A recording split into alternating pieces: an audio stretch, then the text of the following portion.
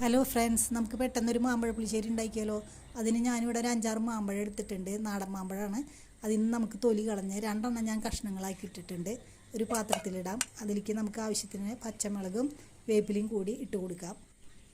അതിലേക്ക് നമുക്ക് ആവശ്യത്തിനുള്ള മഞ്ഞൾപ്പൊടി, മുളക് പൊടി, ഉപ്പും കൂടി ഇട്ടിട്ട് ആവശ്യത്തിന് വെള്ളം ഒഴിച്ചിട്ട് നമുക്കത് അടുപ്പത്ത് വെച്ച് വേവിക്കാം.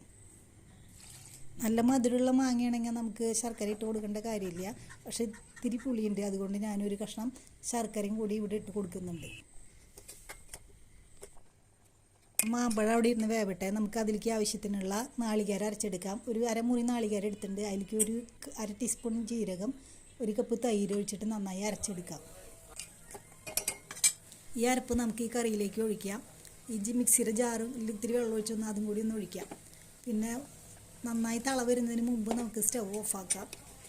ഉപ്പ് ഇത്തിരി കുറവാണ്, ഒരു 1/4 ടീസ്പൂൺ ഉപ്പും കൂടെ ഞാൻ ഇട്ട് കൊടുത്തിട്ടുണ്ട്. നമുക്ക് കടുക് വറുത്തിടാം. അതിന് ഞാനിവിടെ ഒരു ചീനച്ചട്ടി എടുപ്പത്ത് വെച്ചിട്ടുണ്ട്. അതിലേക്ക് 3-4 ടീസ്പൂൺ വെളിച്ചെണ്ണ ഒഴിച്ചിട്ടുണ്ട്. അതിലേക്ക് ഒരു 1/2 ടീസ്പൂൺ കടുക് ഇട്ട് കൊടുക്കാം. ഒരു 1/4 ടീസ്പൂൺ ഉലുവ, ആവശ്യത്തിന് മുളക്, ഒരു പിടി വേപ്പില, പിന്നെ ഒരു തുണ്ട് മുളകും കൂടി ഇട്ടിട്ട് അത് നമുക്ക് നന്നായി ഉരിയുമ്പോൾ കറിയിലേക്ക് ഒഴിച്ചു കൊടുക്കാം. സ്വാദിഷ്ടമായ നമ്മുടെ മാമ്പഴ പുളിശ്ശേരി റെഡി. Thank you.